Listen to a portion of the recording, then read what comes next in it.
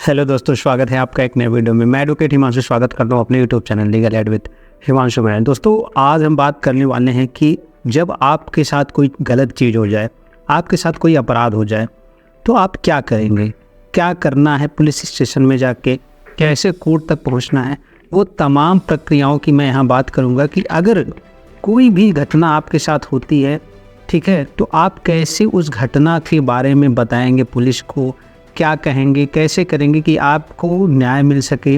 ठीक है, तो इस वीडियो में हम तमाम चीज़ों पे डिस्कस करेंगे, क्योंकि मैंने देखा है कि बहुत ऐसे हमारे गांव देहात के लोग हैं जिनको अवेयर नहीं होता है क्या करना है। वो उन घटना जब घट जाती है, बहुत दिन तक उस चीज़ों को वो बताते नहीं हैं। बाद में वकील उनसे, जो भी एडवोकेट्स वो हायर करते हैं, उनको इधर उधर करके उनसे पैसा ऐंठते हैं। तो आज मैं ये वीडियो उन तमाम लोगों के लिए बना रहा हूँ जो गाँव देहात में रहते हैं या फिर जो शहर में रहते हैं, जिनको नहीं पता कानूनी प्रक्रिया। तो आज इस वीडियो के माध्यम से मैं आपको बताने का प्रयास कर रहा हूँ। तो अगर आप चैनल पर फर्स्ट टाइम आए तो चैनल को सब्सक्राइब कर लीजिएगा, वीडियो को लाइक करिए और ज़्यादा से ज़्यादा शेयर करिएगा। और सबसे बड़ी चीज़ दोस्तों, आप वीडियो को पूरा देखिएगा, तभी पूरी जानकारी आपको समझ में आएगी। दोस्तों, ऐसा बहुत बार होता है कि हम अपनी जगह जहाँ पे हैं या फिर अपने घर से दूर हैं, तो कोई ऐसी घटना घट जाती है हमारे ऊपर, किसी ने मारपीट कर दिया या फिर कोई हमारे ऊपर किसी तरीके का गलत इल्ज़ाम लगा दिया या फिर कुछ भी हमारे साथ दुर्घटना घटती है या अपराध हो जाता है हमारे साथ, तो हम अपनी बातों को कहाँ रखें। सबसे पहले तो दोस्तों, आपका जो नज़दीकी पुलिस स्टेशन है, देखिए आपके घर पे घटना घटी है आपके साथ, तो आप अपने घर का, जहाँ आपका एड्रेस है, वहाँ के नज़दीकी पुलिस थाना में जाके उसकी शिकायत दर्ज कराएंगे, जिसको FIR कहते हैं। मान लीजिए अब कुछ लोग कहेंगे कि सर हम कहीं पे गए थे बाहर, वहाँ पे हमारे साथ घटना घट गई, कोई अपराध हमारे ऊपर हो गया, ठीक है, तो क्या हमें अपने घर पे आना चाहिए तब जाके पुलिस स्टेशन पे FIR करना चाहिए, या फिर हमें वहीं पे जाके कहीं पुलिस स्टेशन में FIR करना चाहिए? और क्या वो हमारा एरिया नहीं है तो पुलिस हमारा FIR लिखेगी कि नहीं लिखेगी?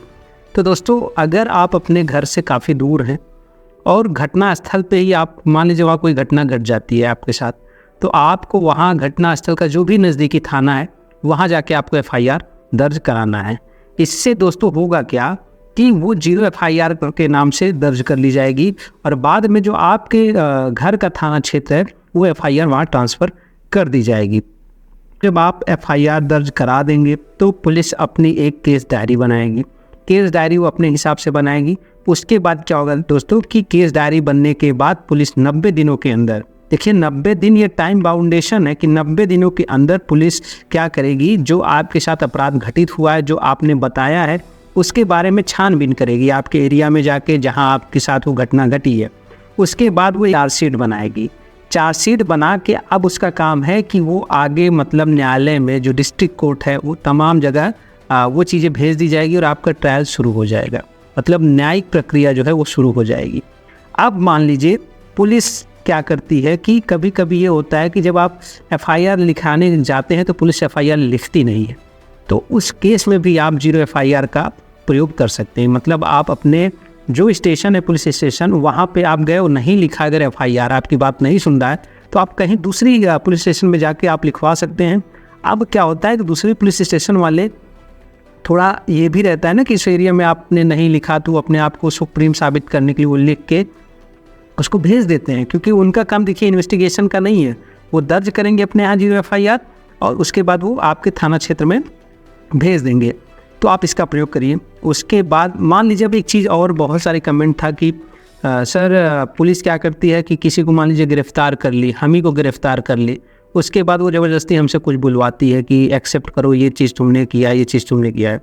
मान लीजिए आपने FIR दर्ज कराया, लेकिन पुलिस क्या करती है, उल्टा आपको ही पकड़ के आपसे ज़बरदस्ती कुछ कबूल करवा देती है कि नहीं, ये घटना आपके साथ नहीं हुई है, आप झूठ बोल रहे थे, आप अपना केस वापस लीजिए। होता है कभी कभी, देखते हैं जब अगला पक्ष बहुत मजबूत होता है तो पुलिस वालों को कुछ चीज़ें इन्फ्लुएंस कर देते हैं, वो लोग कुछ चीज़ें दे के, मतलब कुछ चीज़ों को देने का मतलब आप समझ रहे होंगे। मैं इस वीडियो में उतना चीज़ें खुल के नहीं बोल सकता। तो पुलिस क्या करती है, उनका साथ देने लगती है, वो उल्टा केस आपके ऊपर हो जाता है। तो दोस्तों देखिए, और आप अगर एक्सेप्ट नहीं करेंगे तो आपके साथ मारपीट करेंगे वो लोग, ठीक है, पुलिस वाले। तो दोस्तों ऐसी कंडीशन में आपको एक्सेप्ट कर लेना है कि हाँ, हम गलत चीज़ें किए हैं, हमने गलत FIR दर्ज कराई है, ये बेगुनाह है, तमाम चीज़ें। लेकिन जब ये चार्जशीट बन के जब जाएगा न्यायालय में चीज़ें, तो वहाँ पे आपको फिर बोलने का मौका दिया जाएगा। दोस्तों एक चीज़ आपको मैं बता दूं कि पुलिस के सामने दी गई गवाही न्यायालय में मान्य नहीं होती है। आप वहाँ जाके ये बोल सकते हैं कि ये ज़बरदस्ती हमसे बुलवाया गया था, 4 लोग हमारे घर वालों को टॉर्चर करने की धमकी दिए थे, जिसके कारण हमने ये चीज़ें एक्सेप्ट कर ली।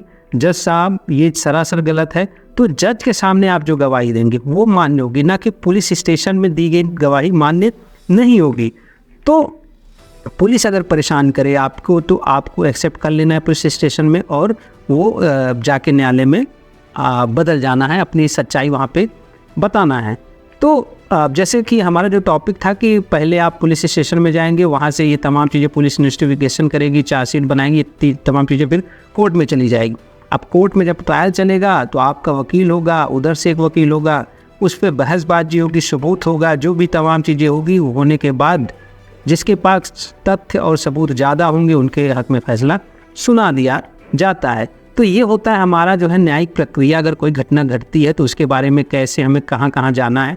और दोस्तों एक चीज़ याद रखिएगा, मैं एक चीज़ फिर कहना चाहूँगा कि देखिए आप FIR कराना ज़रूरी है, क्योंकि FIR के ही दम पे आप जब न्यायालय में जाएंगे तभी वो तमाम चीज़ें आपके फेवर में आएगी। मान लीजिए 0 FIR भी नहीं लिखी जा रही है, कोई पुलिस वाला आपकी बात नहीं सुन रहा है, तो आपको डायरेक्ट डिस्ट्रिक्ट मजिस्ट्रेट के यहाँ जाके आपको शिकायत करनी है, ठीक है।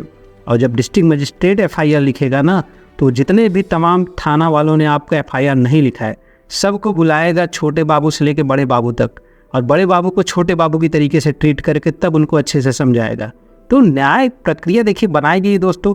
मैं मानता हूँ न्यायिक प्रक्रिया जो है वो थोड़ा सा लेट लतीफ़ हो सकती है, लेकिन अगर आप प्रोसेस का प्रयोग करते हैं, जो प्रक्रिया दी गई है उसका प्रयोग करते हैं, पूरा सिस्टमेटिक तरीके से आप फॉलो करते हैं, तो आपको न्याय जरूर मिलेगा। तो यही कहा जाता है ना, न्याय जो भगवान के यहाँ देर है अंधेर नहीं। तो न्याय आपको लेट से मिल सकता है लेकिन अन्याय नहीं होगा आपके साथ।